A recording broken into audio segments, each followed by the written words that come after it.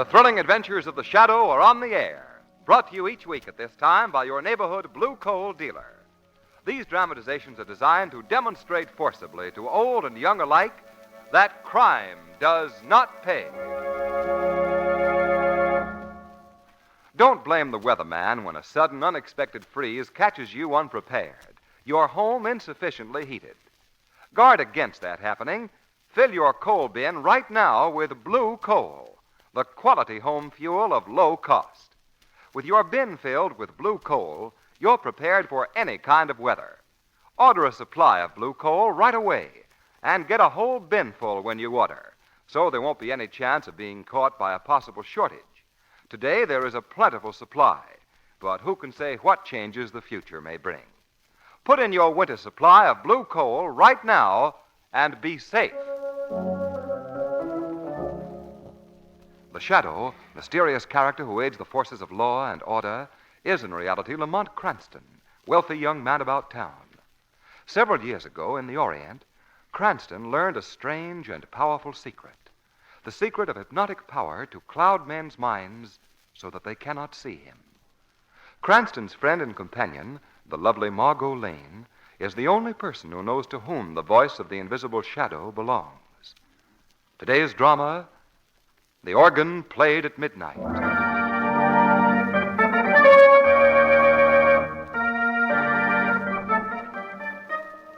A knife. What an instrument a knife is. Have you ever watched a knife in the hands of a skillful surgeon? And did you shiver a little, then turn your eyes away? Yes, so did I. I remember exactly when it happened to me. I was watching the knife in the hands of Dr. Alexander Gibson. Gibson was a surgeon of the highest caliber. Even Professor Dana Williams spoke of him as one of the 3 most capable men he had ever had the honor to teach, thus ranking him with his colleagues, Dr. McGill and Dr. Nelson. How strange the thought of violence should have occurred to me. Stranger still, considering that it was the very next night Gibson burst into McGill's study. Heated words passed between the two, and then... This case was to have been the most startling in my surgical career, Dr. McGill. You forget that the patient asked to have me in attendance, Gibson. I never agreed to a consultation. I presumed on our friendship You presumed on our friendship for the last time, McGill. That's the way you want it, eh? Yes, that's the way I want it. Then you'll get the truth. You were bungling the case like a schoolboy. Old Williams would have fired you out of class for the job you were doing. Oh, so I'm to gather that you saved the situation. Exactly. So the credit is yours, eh? Belongs to you. Every bit of it. Well, doesn't it, Gibson? Well, can't you speak? I haven't anything else to say. Oh, you agree with me, then? Good night, McGill. I've tried to be reasonable with you. I said good night. All right. Good night, then. But remember, we're not parting as friends, Gibson. And we're not parting forever either, Dr. McGill. Well, I'll have something to say about this at the medical board. Oh, no, I shouldn't let myself go like that. Nerves don't stand it well, not at all. Sedative is what I need. Yeah, what's that? Oh, the shade. Jumpy, unsettled. If I were my own patient, I'd... Oh, someone at the door. Well, who's there? Well, who is it? Can't you hear me? Well, didn't you... Oh, you.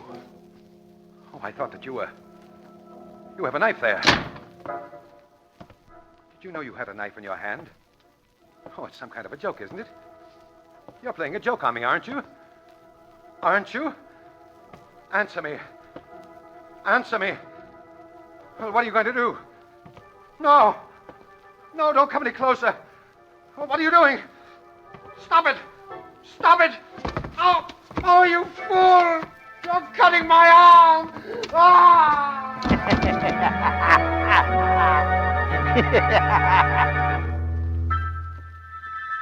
A knife.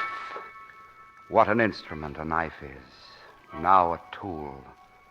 Now a weapon. But its point goes deep, and a knife is always thirsty. And after the shrieking thrust in the dark, there is silence and a shroud, and the black drapery of the march of death hangs heavy in the startled air.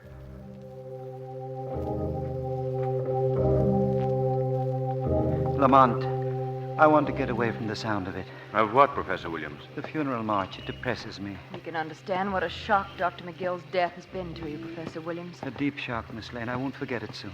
Is there anything we can do, sir? Thank you, Cranston. Thank you. You always were one of the kinder fellows. You were never too interested in my classes, I'm afraid, but you were always a good chap.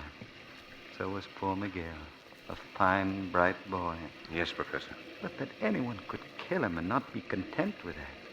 Go to the horrible extreme of amputating his right arm. I can't bear to think of it. Perhaps we'd better not, sir. Yes, you're right. After all, my life goes on.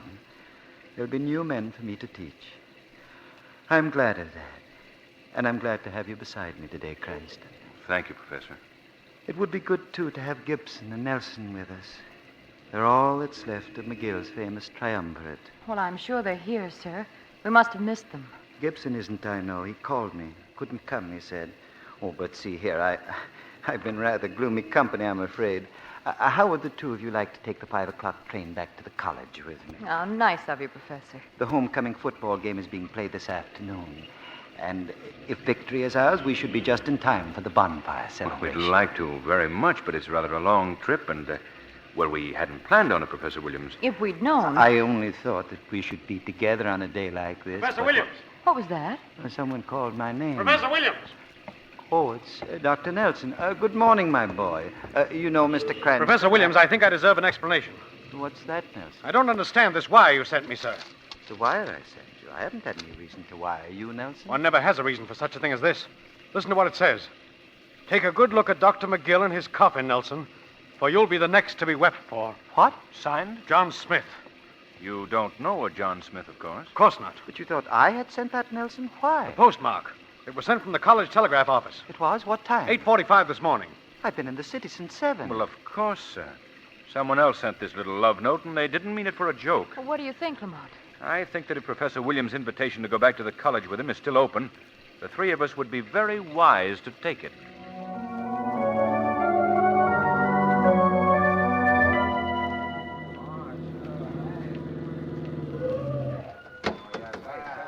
Well, here we are, sir. From the looks of things, victory was ours. I'll take care of the cat. Professor Williams. Good evening, gentlemen. Good evening. Good evening, sir. Who won the game? We did, sir. We're building a swell bonfire, sir. You should have been at the game, Professor. You'd have enjoyed it. I would have very much, Tompkins. But there was something I had to do which I didn't enjoy at all. I want to congratulate you men, and I want you to know that I'm proud of you. Things haven't changed much, have they, Nelson? They haven't changed at all, Cranston. He's still the idol of every boy here. Shall we go inside now? I think Anna, my housekeeper, will have a cup of tea for us. Goodbye, gentlemen, and let the flames leap high for the conquering hero. There isn't much for you younger folk to do in a little college town like this, but I am going to perform quite an interesting post-mortem examination for my anatomy class tomorrow, and I thought perhaps you'd like to be in the amphitheater.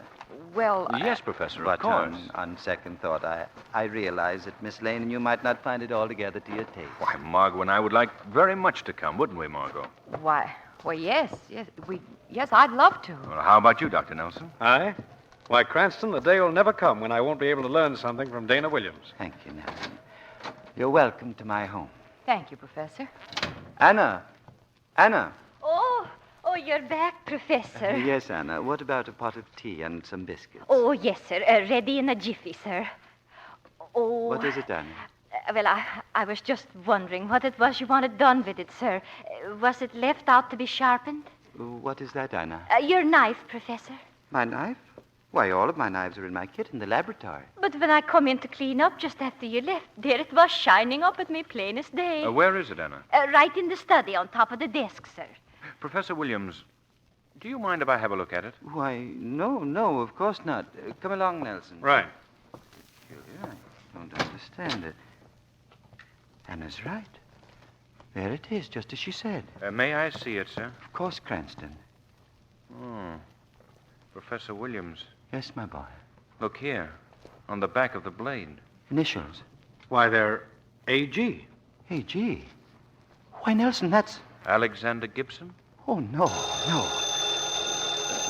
Miss Lane, would you answer that for me, please? Yes, of course, Professor. Hello? Hello? Oh, yes, he's here. It's for you, Dr. Nelson. Oh, thank you. Hello? Yes? What? How long? I see. Thank you very much. Professor Williams, Yes, Nelson. that was my office in town. They've been phoning all day about Gibson. He's been missing, it seems, ever since the night poor McGill was murdered. Well, gentlemen, looks like the bonfire's begun.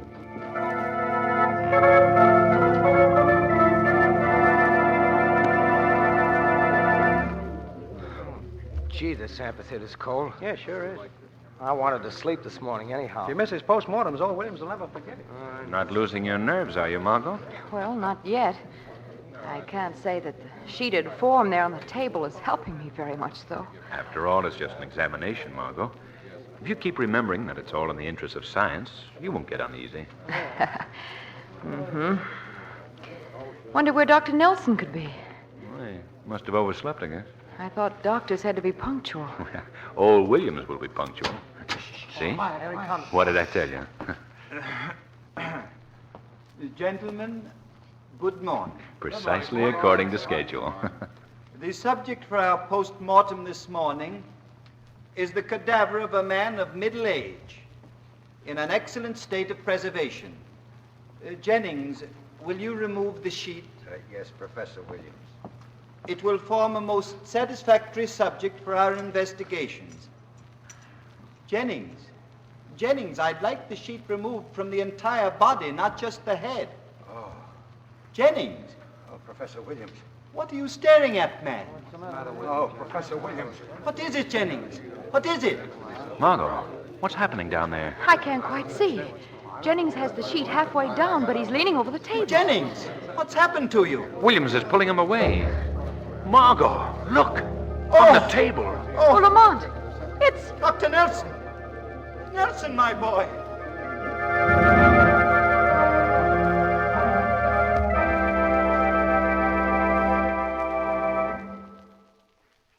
In a moment, we'll bring you Act Two of The Organ Played at Midnight. Meanwhile, here's an idea that has no mystery to it at all. Order a supply of blue coal, and you'll enjoy comfortable, even warmth throughout your home, no matter what fiendish tricks the cruel winter weather plays. Let the icy winds whistle and blow all they like. You'll be warm and snug and at your ease when you heat with blue coal. Yes, sir, at your ease is just right, because blue coal takes the effort right out of home heating. You see, blue coal is delivered to your home in exactly the right size for your heating plant. Then, on top of that, the new automatic blue coal heat regulator saves you all those damper adjusting trips. Just naturally cuts them right out. Because, you see, it automatically opens and closes the dampers on your furnace and keeps every room constantly at an even temperature. You'll agree when you see how it works that every home should have one. Get in touch with your reliable neighborhood blue coal dealer right away. Tell him you want him to come out to the house and talk over your heating situation. You'll find him courteous, up to the minute, well-informed. A world of improvement over the ordinary old-fashioned type of dealer. Your blue coal dealer is a heating expert and a businessman. He's listed under the words Blue Coal in the yellow section of your classified phone directory. Call him tomorrow. And now, back to the shadow.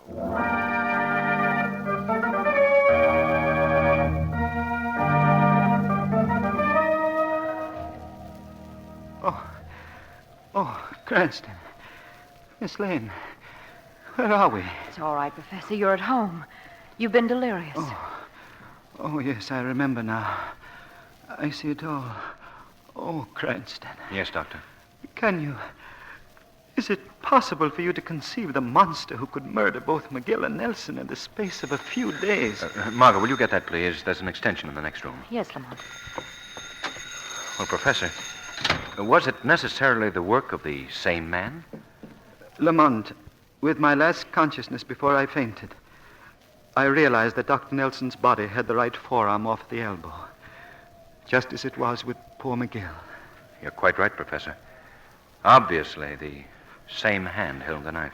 We must stop that hand, Cranston. We must stop it. Easy now, sir. You must try to relax. What can we do, Lamont? Well, Tell me, Professor, who exactly had access to the room where the cadavers are kept? Who? Why, only myself. That is, except for old Jennings. Professor Williams. Old Jennings has disappeared. Oh, no. He's nowhere to be found. Oh, now, he had nothing to do with it. Jennings has been with me for 20 years. Besides, I examined the body carefully in the morgue before I had him wheel it up to the amphitheater. And it wasn't the body of Dr. Nelson? Oh, no, I'm sure of that. Absolutely sure. Then it means that the murderer substituted the body of Dr. Nelson somewhere between the morgue and the amphitheater. Lamont, that phone call. Oh, what was it, Margot? I don't know. You don't know? No. It was a strange voice. A voice I'd never heard before. And it sounded muffled, far away. I said, hello, and whoever it was said that... Oh, it doesn't make sense. Miss Lane, what did they say? Well, they said, if the organ plays tonight at midnight, the lost will be found. Nothing more than that? No. They must have hung up or been cut off, that was all. What could they mean? If the organ plays at... Go on, Professor. What was that? That noise. I heard it, too. There's something banging outside the window. Oh, only a loose blind. There are no blinds on those windows. No? Lamont, my boy, be careful. Yeah, there it is again. Oh, Lamont. Lamont. Don't excite yourself, Professor Williams. Margot, don't look out here. What is it, Lamont? Professor Williams. Yes, Cranston. It's Cranston, tell me. a human forearm. Human? Oh, no. What earthly reason could there be for such a Now, horrible... wait a minute. There's a note tied to the index finger. Rather a garish way to post a letter, but I think it's the reason for this ghastly tableau. A note? What does it say? Just a moment. It says the gates of death will open for you in an hour. The gates of death. And that's what's written here. It's meant for me. Oh, what was that? It's Anna. She's downstairs in her room. Something's happened. Easy now, Professor. I'll tend to it. All right, Anna, I'm coming. Anna! This is Mr. Cranston. Let me in. Oh, Mr. Cranston, I saw him. You saw who, Anna? Who did you see? Him, what done the murders. Who? Gibson. I just raised my window and I looked out and there he was coming across the lawn. There's no one out here now. Oh, he must have run when I screamed. Do you know what, Mr. Cranston? I thought I saw him the day after poor Dr. McGill was murdered. Where? Standing there just as plain as day, and I said to myself, I'll bet he's up to no good. Anna, this is very important. Now tell me, where did you see him? In front of the gates of death. What did you say? I said I saw him in front of the gates of death. He was The standing... gates of death. Oh, that's new since you've been here, isn't it? Well, that's what some of the students started calling that big pair of iron gates at the back of the morgue. The ones they bring the corpses through. You see, I was on my way to do some I'm sorry, shopping. Anna. I'll talk to you later. Margot! Margot! Yes, Lamont. What is it? The light is breaking, Margot. Come on, my girl. We've got work to do.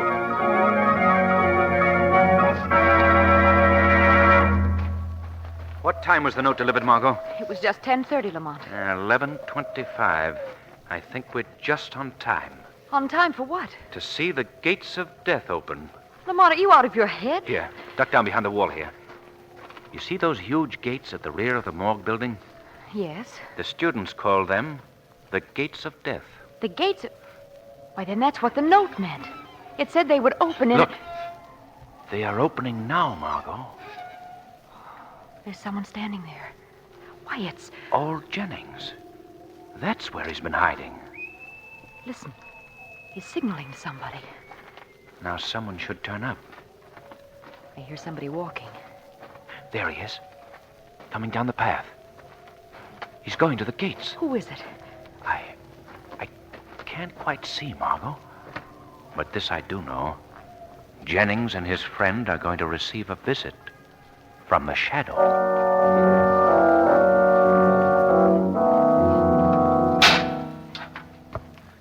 You follow me, and we'll go inside together. I sent you the note. I had to. They think I done it. I know they does. Why shouldn't they think you did it, Jennings? Hey, what's that? Why, you're not. I'm Dr. Gibson, Jennings. Oh, I thought you... I've come to look at Dr. Nelson's body. Oh, no, you ain't allowed I to. warn you, Jennings, there's enough on my head now. Don't interfere with me. All right. Don't hurt me. I won't do nothing. Where's the body? right in through the door there. Then come along. Oh, you go first. All right, I'll go first, but I warn you, if you try any... Oh! You want me to tell. You want to know all about what happened. But I ain't going to tell. Not ever. Not ever. What's that? Jennings, what have you to hide? Oh, who's that? Who's there? I don't see nobody. I am the Shadow, Jennings. I've cast a hypnotic spell over your brain so that you cannot see me. But I'm here, Jennings. Tell me, what have you to hide? Oh, I can't tell you. They'd put me in prison if anybody found out. He told me they would. Who, Jennings? Professor Williams. Williams? Jennings, tell me what happened. Tell me. Oh, I didn't mean no harm. You see, I put an explosive in one of his test tubes by mistake. Explosive? Yes, and the next thing I knew, there was a loud noise, and he screamed, and there he stood with his arm hanging loose. That was 20 years ago, and he'd have been a great doctor all this time if I hadn't done what I did. Why did you send that note tonight, Jennings? Because he promised to help me if I did as he always said, and I always have, I have. Oh, now what am I going to do? He hurts him every time he looks at the students, and sometimes he used to whisper to me, they all have 2 arms. Tell me this one thing more. Which arm was it, Jennings? His right arm, his right forearm. It looks all right, but it's dead from the wrist to the elbow. Jennings, take care of Gibson until he regains consciousness. Then let him go. And remember, the Shadow is watching you.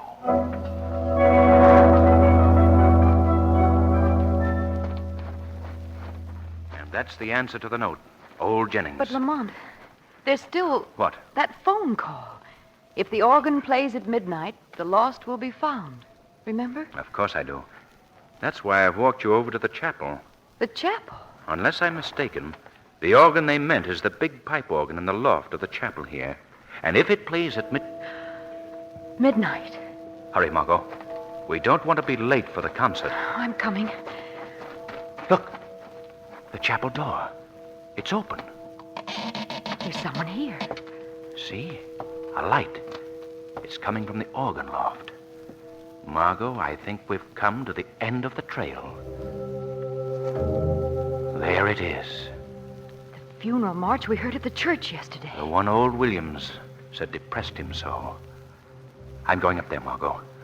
The killer hasn't quite finished his work, I'm afraid. The organ. It stopped. I think trouble's coming.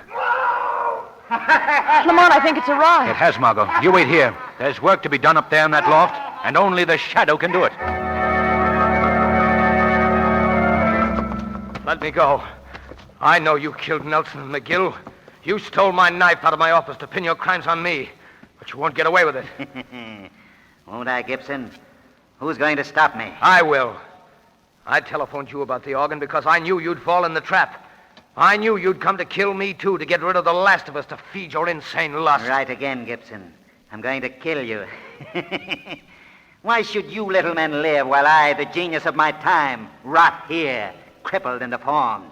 I've had only my left arm these 20 years, but it's strong now, and I've used it well.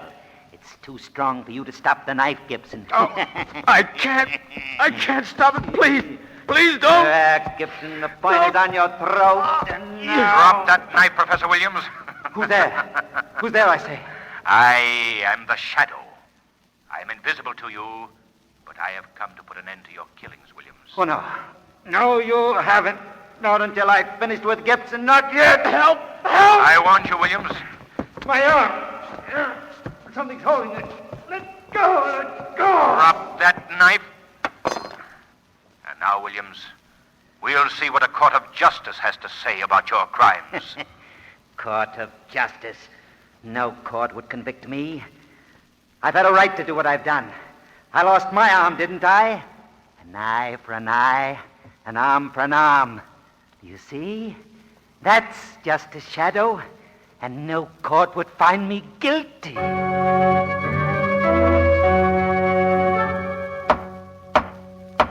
Dana Williams, this jury has found you guilty of murder in the 1st degree. And I, by virtue of the authority vested in me, sentence you to be hanged by the neck until you are dead. And may the Lord have mercy on your soul. A knife. What an instrument a knife is. The treacherous implement that turns to a weapon in the hands of murder.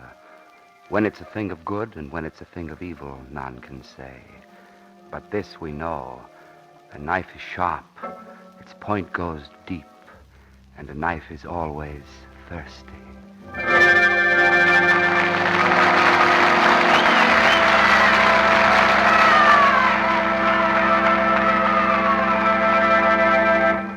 In a moment, we'll bring you this week's real-life episode proving that crime does not pay. First, I'm sure you'll be interested in hearing from Blue Coal's distinguished home heating expert, John Barclay. Mr. Barclay. Thank you. Friends, I've been receiving quite a few letters lately that indicate some of you are making the operation of your furnace a much harder job than it should be. Harder, did I say? Well, I should say hard, because really it's easy to operate a furnace properly if you know how. Yes, of course, that's the catch to it. In these days especially, with the weather so changeable, it's necessary to know how to regulate dampers and bank a fire the right way. Now, here's an answer to your heating problem. Call your neighborhood Blue Coal dealer and ask him to send a John Barclay serviceman to your house to show you all the ins and outs of managing a furnace. No obligation. In fact, you might tell him that you heard me personally extending the invitation. This is his program, you know.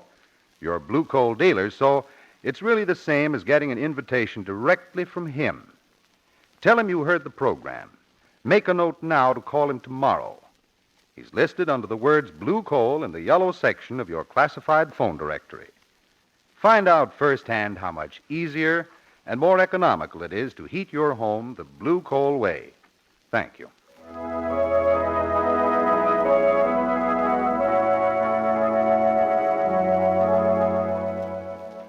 Today's program is based on a story copyrighted by the D.L.W. Coal Company, producers of Blue Coal. The characters, names, places, and plot are fictitious. Any similarity to persons living or dead is purely coincidental. Direct from real life, we now bring you conclusive proof that crime does not pay. At 2 a.m. in a hotel room hideout, police waited one day last week for Joseph Miller, wanted for 2 murders. At last came the long-awaited knock on the door. It's Joseph Miller. Remember, boys, he's dangerous. If he pulls a gun, shoot fast and straight. I'm going to open the door. Halt! Halt! He's on the fire escape. Call headquarters. I gotta hide. Quick. What's behind this window? Big dining room. It's black. They'll never find me here. Your crimes have caught up with you, Joseph Miller. 100 police are closing in on you right this instant. No. I ain't gonna let them get me. I can't stand it. I'll kill myself. So, in the wide, haunting blackness of an empty banquet hall, Joseph Miller, criminal, died by his own hand. The weed of crime bears bitter fruit. Crime does not pay. The shadow knows. Next week, same time, same station, your friendly Blue Coal dealer brings you another strange and thrilling adventure in the Shadow's daring battle against the forces of evil. Be sure to listen, and be sure to phone your neighborhood Blue Coal dealer for greater heating comfort at less cost. Remember, keep the home fires burning with Blue Coal.